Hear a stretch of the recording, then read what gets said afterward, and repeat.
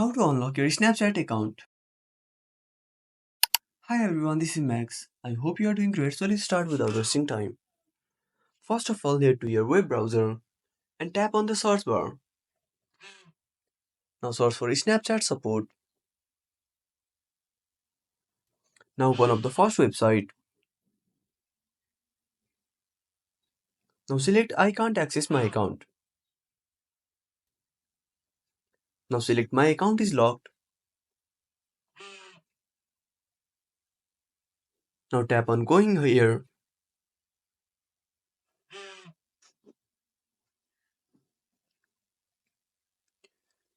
Now enter your email and tap on next. Now enter your password and tap on next. Now enter your code and tap on next. This will unlock your Snapchat account. So that's it. If you found this video helpful, smash that like button and subscribe our channel for more awesome content. Have a burning question, want to suggest a topic? Drop down a comment below.